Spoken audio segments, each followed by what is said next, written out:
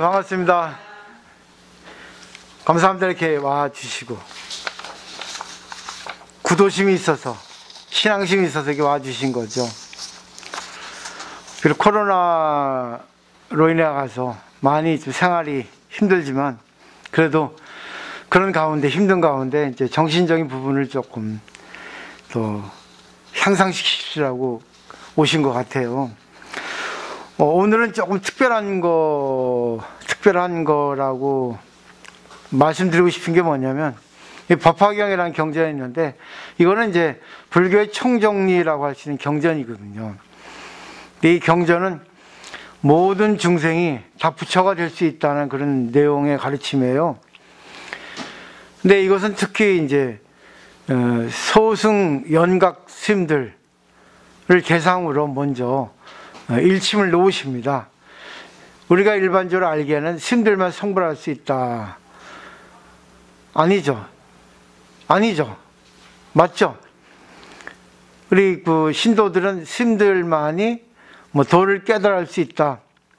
공부할 수 있는 부처님이 참 제자다. 이렇게 잘못 알고 있습니다.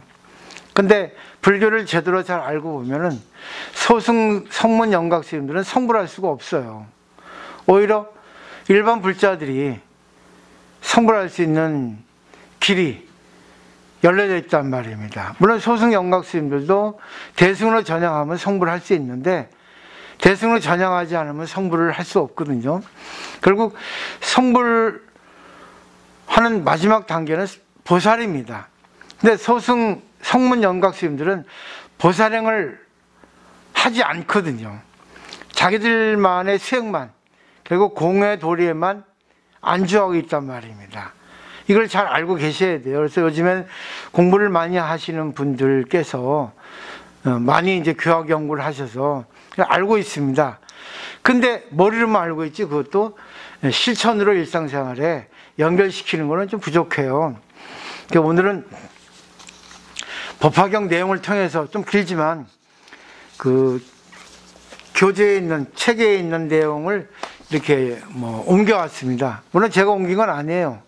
저희 스승 무비스님께서 법화경 교재를 이렇게 현찬하셨는데, 그걸 또 이제 그 염화시라는 카페에 그걸 공유하셨더라고요. 그래서 거기에 이제 오늘 좀 다운을 받아서 요거를 이렇게 복사해 온 겁니다. 일단 그 첫 번째 보시면 오늘의 제목은 무상보치 불구자득이에요. 이거는 나중에 본문에 나옵니다. 무상보치 불구자득이라는 거는, 무상이라는 거는 최상의 그런 뜻입니다. 최고의 보치는 보배의 무더기, 말하자면 금괴 덩어리. 무상보치는 최고로 값비싼 보물 덩어리라는 뜻입니다. 불구자득은 구하지 않았는데 저절로 얻었다는 겁니다. 결국은 알기 쉽게 의역을 하면은, 최고의 보물 덩어리가 내가 생각지도 않았는데 왔다고요. 저절로 나한테. 말하자면 이제 그냥 돈이 들어왔다는 거죠. 내가 지금까지 그냥 신앙만 했는데 알고 보니까 내가 부처님이었다는 것을 인식하게 됐다는 뜻입니다. 그러니까 오늘 인식이라는 거 참 중요해요. 그래서 이건 경전에 의거해서 이걸 그대로 여과 없이 보는 것이 이해가 빠르겠다고 생각해서 조금 이제 내용은 길지만 그 안에 이제 그 내용을 제가 발췌해 왔습니다. 발췌가 아니죠. 그대로 옮겨 왔습니다. 자, 법화경에는 한 12가지 정도의 비유 이야기가 있습니다. 근데 그 중에 제일 중요한 게 7가지 비유가 있어요. 그래서 그걸 일반적으로 법화칠류, 법화경의 7가지 비유라고 합니다. 그래서 그 밑에 보면 7가지가 있죠. 첫 번째는 삼거화택의 비유, 장자궁자의 비유, 삼초이목의 비유, 화성보처의 비유, 계중명주의 비유, 의리계주의 비유, 양의병자의 비유. 근데 오늘 여기서 다룰 거는 1번, 2번 삼계화택의 비유하고 장자궁자의 비유입니다. 법화경을 설합니다. 아직까지 진실을 설하지 않고 이제까지는 방편이었다고 하는 거죠. 근데 10대 제자들이 그걸 들으니까 놀란 거예요. 지금까지 자기네들은 부처님의 모든 법을 다 배웠다고 알고 있었는데 부처님께서 그거는 방편에 불과하다, 곁가지에 불과하다, 정실, 열매는 따로 있다, 이렇게 말씀하시니까 얼마나 놀라겠습니까? 그게 무엇입니까 하니까 부처님께서 방편품에서 이거는 얘기할 수가 없다, 너무 어마어마한 가르침이라 그들은 믿을 수가 없기 때문에 얘기를 못하겠다, 3번이라 합니다. 근데 3번이나 또 사립을 이제 부탁을 하죠. 그래서 설해진 것이 이제 부처님께서는 일제사 인연으로 오셨다, 모든 중생을 부처로 만들기 위해서, 모든 중생은 나의 아들이다, 자식이다, 이렇게 하시는 거예요. 거기서 사리불은 깨달았습니다. 역시 사리불이에요. 제 1인자죠. 그리고 그 다음에 사리불이 역시 대승으로 보살이 되니까 중생을 위해서 이거를 알기 쉽게 가르쳐 주십시오 부탁하는 겁니다. 사리불 혼자는 알았지만 저만 알아서는 안 되겠지 않겠습니까? 대중들 위해서 알기 쉽게 비유로 조금 비연 설명해 주십시오 해서 비유품에서 3개 하택의 비유를 통해서 부처님께서 이제 말씀하시는데, 3개는 이 세상입니다. 알기 쉽게 말하면 불타는 세계가 3개 하택이라는 거예요. 하택은 불타는 집이에요. 이 세계가 불타고 있습니다. 눈이 불타고 있지, 귀가 불타고 있지. 요즘에 뭐 뉴스를 보면은 불탈 정도가 아니죠. 난리 났죠. 그죠? 돈 많은 사람들이 더 욕심이 더 많습니다. 많이 배운 사람은 더 욕심이 많아요. 오히려 배우지 못하고 그냥 못 사는 사람들은 그냥 먹고 사는 것만 삽니다. 그냥 만족해요. 살아있다는 것만 가지고도 감사할 수 있다, 이 정도입니다. 근데 조금 배운 사람, 결국은 이 성불을 방해하는 건 지식이에요. 배우면 배울수록 그것이 자기 인격으로 들어가야 되는데 그냥 머리로만 놀고 있단 말이죠. 그러니까 아무리 배워도 머리 따로 마음 따로 해요. 그래서 매일 질투하고 더 이거 하고 싶다, 저거 하고 싶다, 잘나고 싶다. 이 때문에 문제가 생기는 겁니다. 트러블이 생기는 원인은 다 자기의 욕심, 불타는 자기의 마음에 있다는 거죠. 그래서 3개 하택의 비유를 통해서 가르침을 주셨어요. 근데 재밌는 게 불타고 있는데 그 안에서 놀고 있어요. 불난지도 모르고 오용락을 즐기고 있죠. 자기가 하고 싶은 거, 뭐 말한 대로 욕망이 휘둘려 가지고. 근데 부처님께서 밖에서 나와라 하죠. 신통력으로 구제할 수 있는데 불구하고 부처님은 스스로 나오기를 바라고 나와라 합니다. 이 방편이 뭐냐면 그 자식들이 좋아하는 장난감, 자식이 좋아하는 것을 보여주면서 나오면 주겠다, 유인하는 거죠. 그래서 거기에 이제 삼승이라는 게 나오죠. 양이 끄는 수레, 사슴이 끄는 수레, 소가 끄는 수레. 근데 이게 삼승이라는데 자식들이 불타는 집에서 나왔어요. 그 나오니까 부처님은 그 3가지 수레를 주지 않고 더 큰, 더 좋은, 아주 값비싼 큰 수레를 주신 거예요. 큰 소가 끄는 수레. 근데 또 재밌는 게 뭐냐면 자기들이 바라는 것보다 더 큰 거를 받았는데, 예를 들면 100만 원을 받았는데 1000만 원을 받았는데 감사가 없는 거예요. 생각해 보세요. 그 사람들 정말 귀중한 가르침을 배웠는데 감사를 하고 계시는가? 감사를 한다는 것은 자기 실천을 한다는 뜻이에요. 감사를 한다는 것은 그 감사의 의미로 보시를 한다거나, 감사의 의미로 실천을 한다거나, 감사의 의미로 자기 인격 완수를 하는 겁니다. 문제 일으키지 않는 거예요. 부처님 가르쳐 실천하는 거예요. 그게 공양입니다. 그게. 공양이라는 것은 그런 의미예요. 사실은 넓게 보면. 그 다음에 이제 이 3개 화택의 비유의 가르침을 듣고 4명의 성문이 깨달았어요. 그러니까 3개 화택의 비유는 부처님께서 설법하신 거고, 그 다음에 장자궁자 비유 시내품에서는 그거는 4명의 그 스님들이 자기가 깨닫고 나서 부끄럽거든요. 그래서 고백하는 거, 레퍼트를 올리는 겁니다. 그러니까 장자궁자 비유는 스님들이 자기네들이 지금까지 지내온 거, 마음속의 회한들, 그것들하고 참회하는 형식으로 부처님께 말씀드리는 거예요. 그러니까 참회는 사실은 말로 하지 않으면 참회는 아닙니다. 근데 생각해 보십시오. 진정으로 자기가 참회했는가? 내가 잘못했습니다. 상대에게 이거 해야지만이 참회입니다. 나 참회했는데요. 그래요? 진짜요? 네, 참회했습니다. 근데 그분이 잘못한 걸 또 꺼내면 참회했는데 왜 또 꺼내요? 끝나는 걸 이럽니다. 이거 참회 아닙니다. 그러니까 공부를 분명히 하셔야 됩니다. 자, 이제 어떤 내용인가 보죠. 그 다음에 중간에 보면 개성으로 다시 설하되 중송인데 산문은 너무 길어서 시 형식의 글만 갖고 이제 살펴보도록 하겠습니다. 그때 마하가섭이 이 뜻을 거듭 펴려고 개송을 설하였습니다. 무비스인 번역이에요. 저희들이 오늘날의 부처님의 가르침을 듣고 기쁨이 넘치고 미증료를 얻었습니다. 그러니까 지금까지 자기들 성불을 할 줄은 몰랐거든요. 수행자인 줄은 알았지만 부처님이 된다고는 몰랐다는 거예요. 그러니까 알았단 말이죠. 그러니까 미증료, 지금까지 있지 않았던 그런 깨달음을 열었다는 겁니다. 이 깨달음이에요. 부처님이 된다는 거를 아는 거, 인식한 거, 확실한 거, 이 깨달음입니다. 부처님의 말씀에 성물도 성물한다고 하시니 최상의 법의 무더기를 구하지 않은데도 저절로 얻은 것 같습니다. 그래서 오늘 제목을 보사님들도 내가 그것까지 몰랐는데 나한테 있었네. 내 마음만 바꾸면 되네.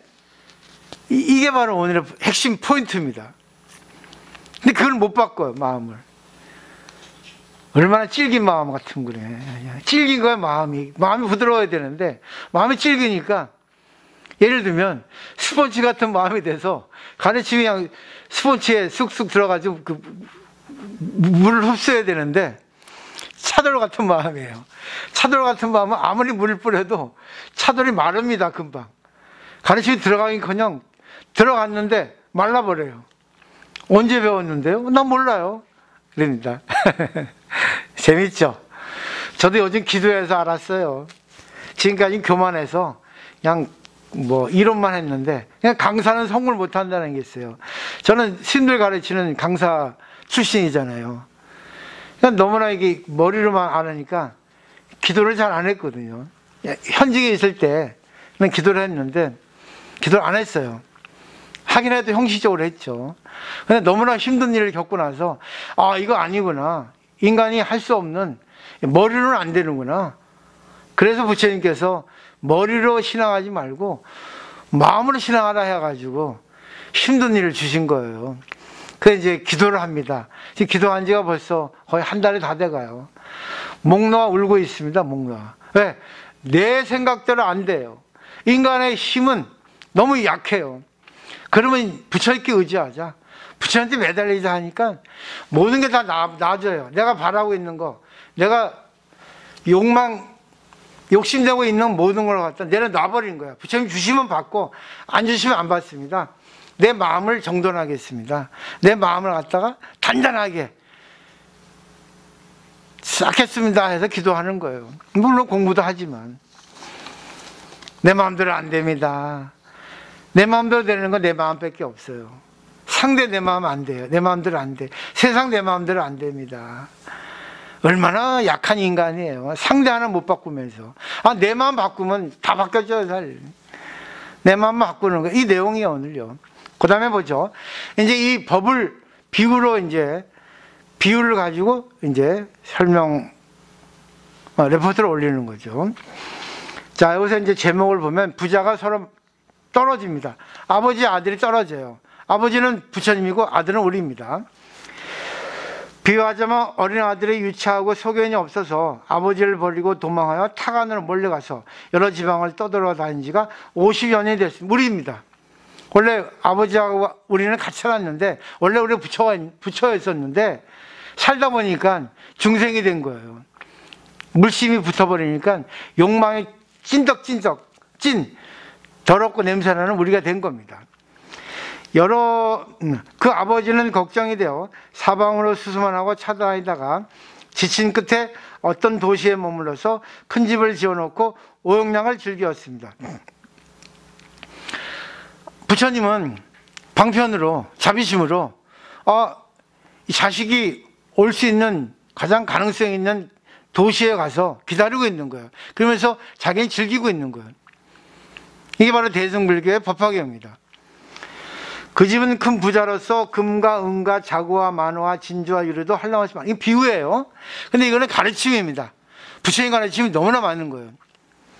코끼리, 말, 소, 양들과 연과 수레도 역시 많고, 이거는 방법론이에요. 그리고 제자들입니다. 부처님 혼자 계신 게 아니라 부처님 밑에 보살, 스님들, 많은 권석들, 제자들이, 부하들이 있는 겁니다. 논과 밭과 하인들과 방문객도 수없이 많았습니다. 그러니까 결국 뭐예요, 이거는? 논과 밭이라는 거는 누구들이 와도 다 그분들을 갖다가 길러줄 수 있는, 살려줄 수 있는, 그리고 하인들도 많고, 또 방문객도 너무나 부처님 가르침이 뛰어나니까 의사가 유명하면 환자가 많이 오잖아요, 소문 듣고. 그러니까 부처님이 유명하니까 많이 오는 거예요. 저도 처음에 유명해서 신도를 많이 왔잖아요. 제가 방편력이 부족해서 다 떨어져 나갔지만. 그 다음에 주고받는 재산에서 이자를 내니 타격까지 둘러퍼져 장사하는 사람들과 거강꾼들이 없는 곳이 없었습니다. 결국은 소문이 나니까 막 신도들이 막 들락날락 하면서 계속 신도들이 불어나는 겁니다. 그리고 소문이 점점 퍼지는 거예요. 멀리. 천만억 사람들이 에워싸서 공경하였으며 항상 왕족들도 좋아하고 사모하였습니다.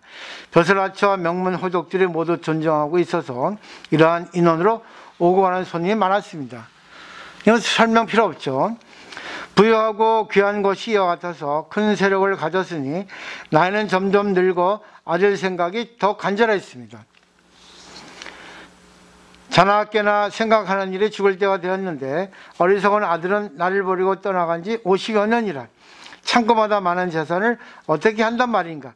부처님은 너무나 가르치면 재산이 많은데 자식이 집 나가서 안 들어오는 거예요. 그러니까 기독교의 탕화의 비유와 같죠.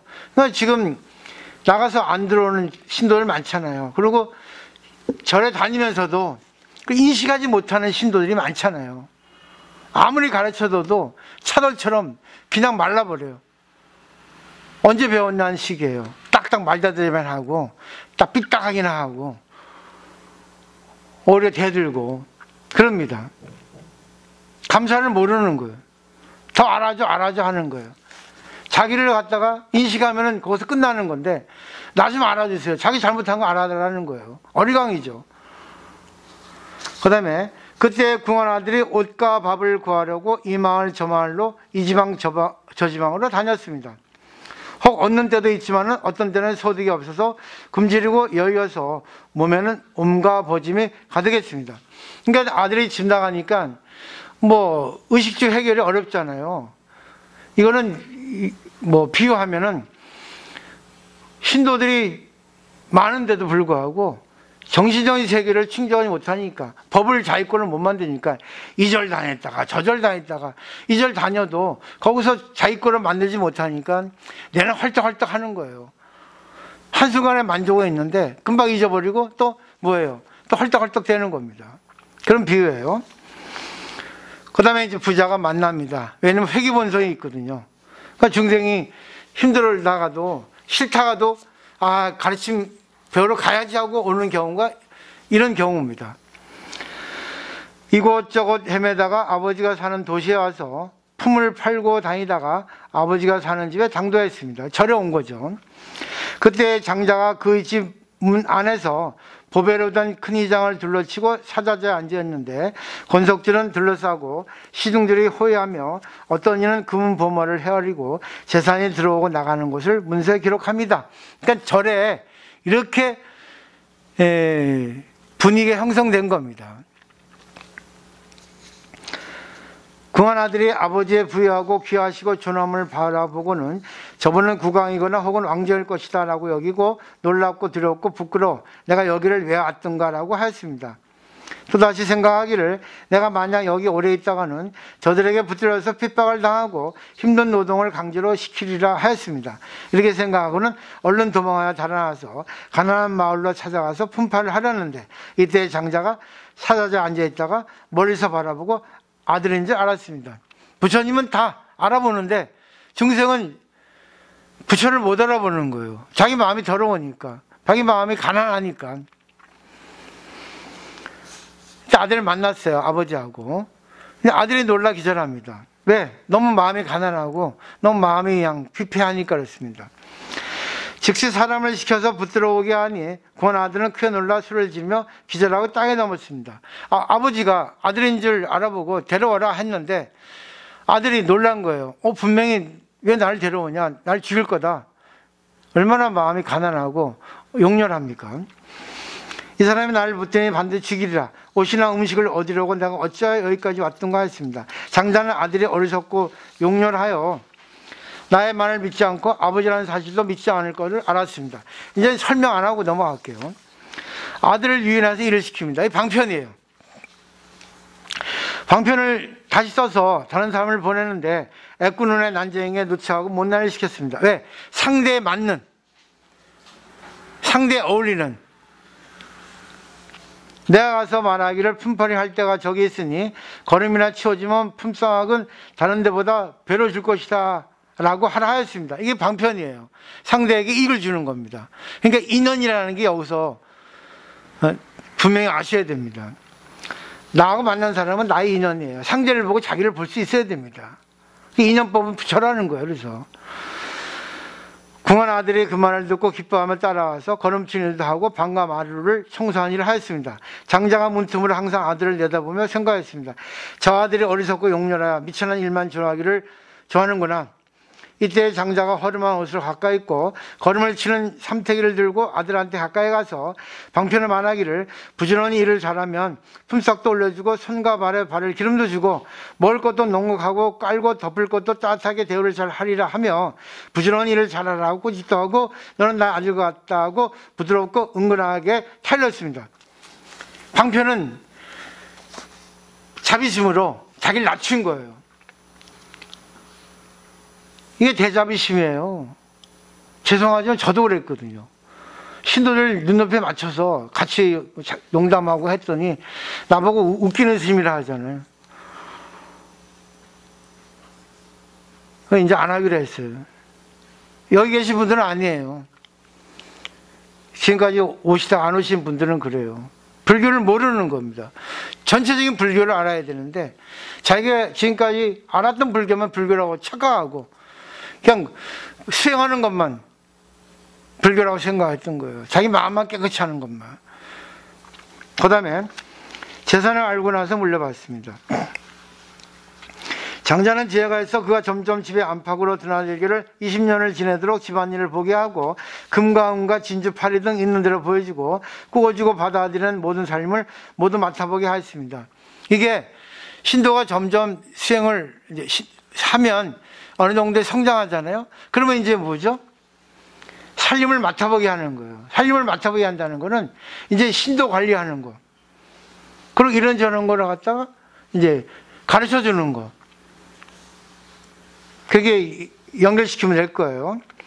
그러나 아직은 문간방에 자리해갖고 초막에 거처하며 가난한 나의 살림에는 이런 물건이 없다고 생각했습니다. 그렇게 부처님 일을 하면서도 자기는 중생이다. 나는 엄마는 중생이야. 이렇게 착각하는 거예요. 아들의 마음이 점점 커지는 것을 아버지가 알아보고 재산을 전해주려고 친족들과 국왕과 대신들과 찰제리와 거사를 모아놓고 모든 대중들에게 여러분들 나의 말을 들으십시오. 이 사람은 내 아들로서 나를 버리고 멀리 다른 곳으로 가서 50년을 지냈는데 아들을 본 지가 어느덧 20년이 다 되었습니다. 20년이니까 이승수행한 거예요. 옛날에 어느 지방에서 이 아들을 잃고 나서 뒤로 돌아다니며 사느라고 여기까지 온 것입니다.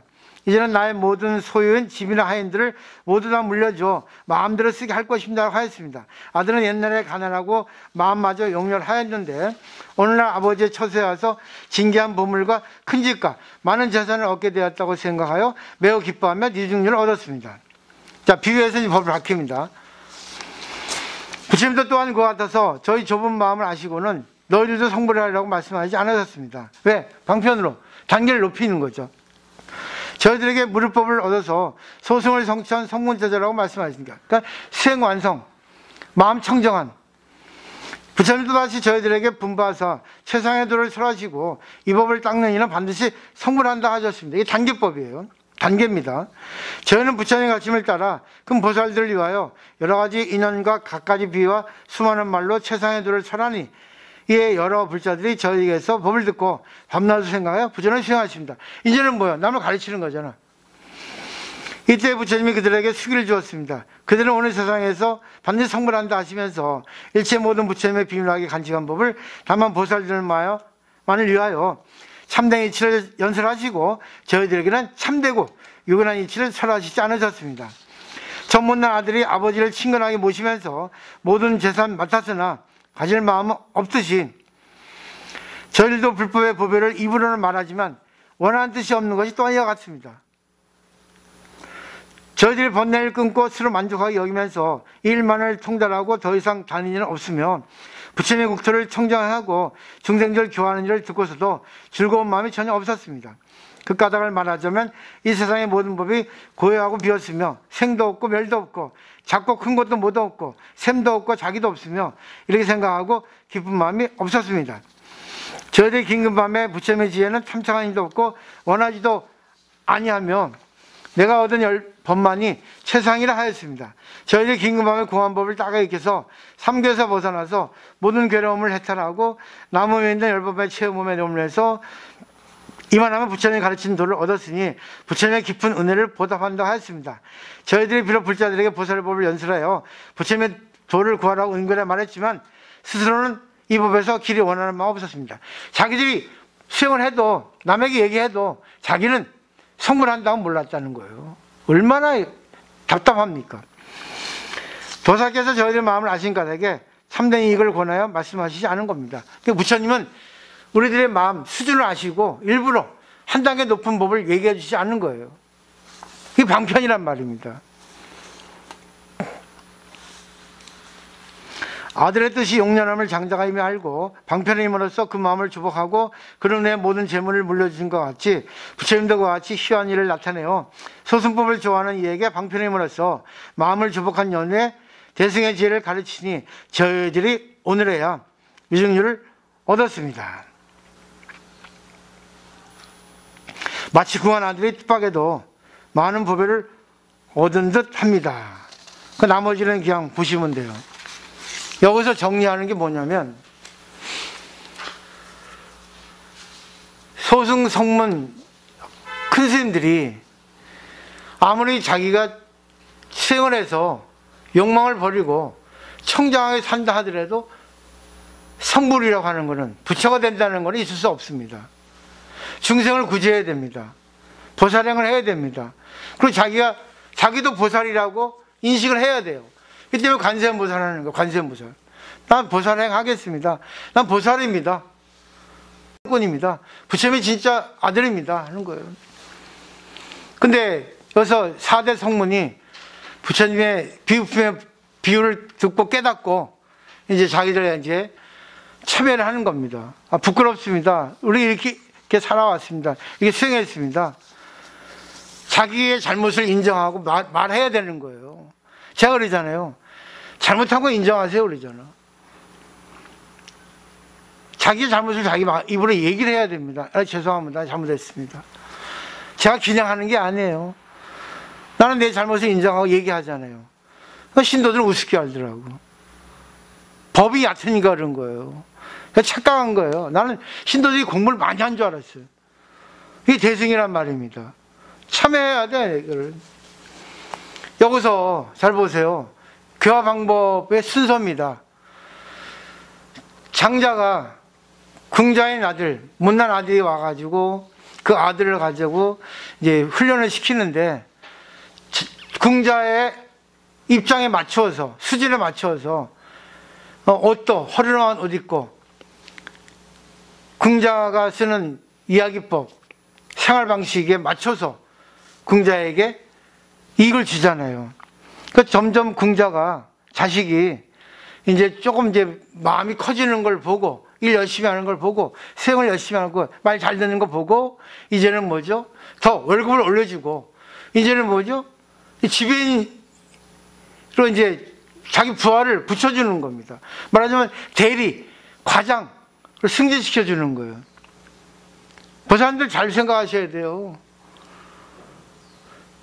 그리고 이제 성장해서, 발전해서 그 일도 이제 완성해요. 예, 많이 능숙해집니다. 그러니까 신도가 오면은 신도 관리도 하고, 신도가 고민 있으면 고민도 들어주고, 이렇게 하세요, 저렇게 하세요. 또 뭐죠? 이 절의 살림도 이제 풍부하게 하고, 예를 들면 그래요. 그러다가 이제 궁자, 못난 자식이 점점 이제 수행이 완성되는 거 보고, 이제는 어떻습니까? 이 자식은 사실은 내 아들이라 하잖아요. 그 정도로 돼야지만이 확신, 자각을 얻을 수 있다는 겁니다. 아, 내가 진짜 부처님 자식이었구나. 이제 알았구나. 마음이 깨끗해지지 않으면 안 돼요. 부처님 일을 하지 않으면 안 돼요. 승질 부리면 안 됩니다. 고분고분해야 됩니다. 자기를 갖다가 낮춰야 됩니다. 근데 공부하면 갈수록 교만해지고 뻣뻣해지니, 야, 이거 무슨 신기한 일이에요. 더 교만해져. 말 투정을 부리고, 말이 삐딱하고, 질투나 하고, 싸움이나 하고, 그럽니다.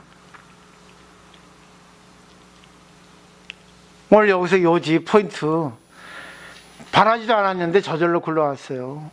그러니까 이제는 정말 신도님들 오랫동안 신앙하셨잖아요. 오랫동안 공부하셨잖아요.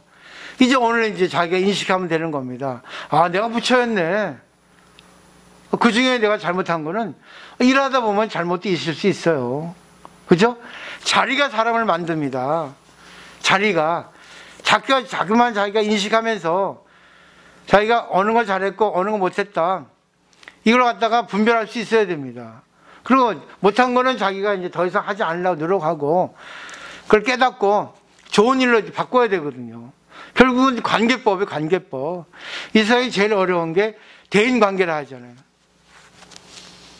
상대하고 어떻게 관계해서 어떤 말을 하고 상대 어떻게 기쁘게 해주고 어떤 슬픔을 상대가 어떤 말에 어떤 마음이 들어있다는 걸 알 수 있어야 됩니다. 결국 나도 부처의 자식이지만 상대도 부처의 자식이라고. 부처가 부처하고 서로 관계하는 거예요.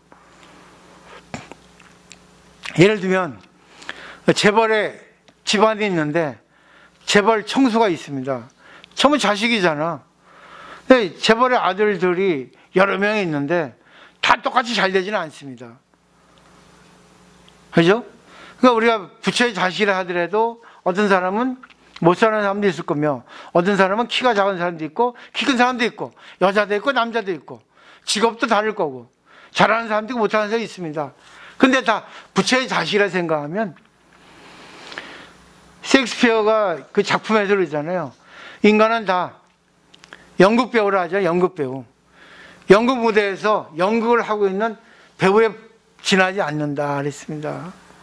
내가 오늘은 이 배역, 저 배역. 내가 못난 배역 할 수 있고 내가 손해보는 배역 할 수 있고 부끄러운 배역 할 수 있고 또 뛰어난 배역 할 수 있단 말입니다. 근데 일회성이에요. 왜? 인연은 한 번이니까. 한 번 배역이죠? 다른 인연 만납니다. 그럼 여기 배역이 달라져야 돼요. 아까는 내가 당하는 배역. 이 시간에는 뭐예요? 내가 이기는 배역. 내가 이익 보는 배역을 합니다. 그게 관세음보살이야. 그게 관세음보살이 관세음보살과 서로 관계하는 거예요. 너도 관세음, 나도 관세음입니다. 여러분 덕분에요. 덕분에 제가 기도를 하고 진짜 인간이 된 거예요. 제가 기도할 줄 누가 알았습니까?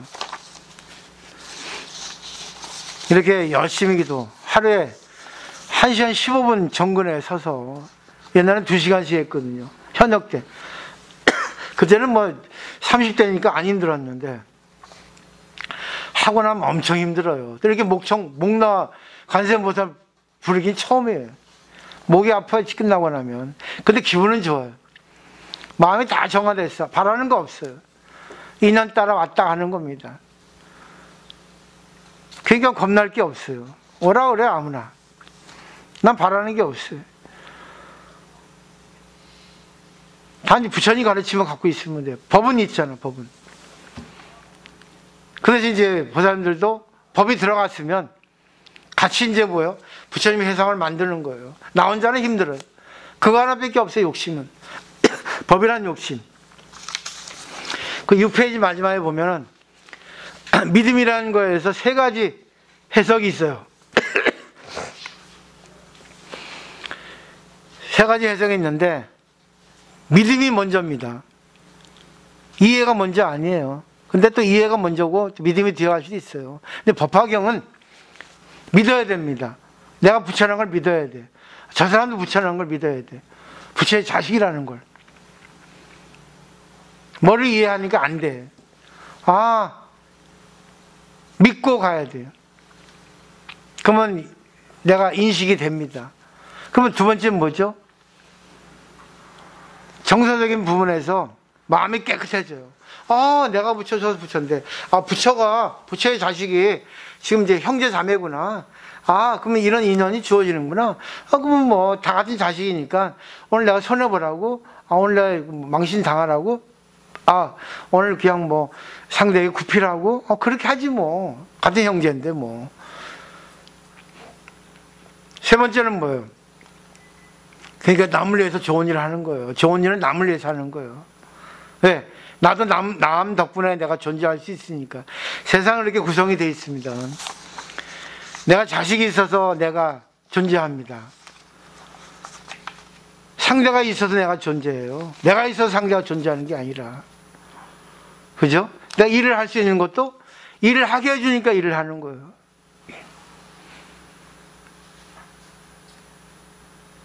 보살님들 계시니까 내가 있는 거예요.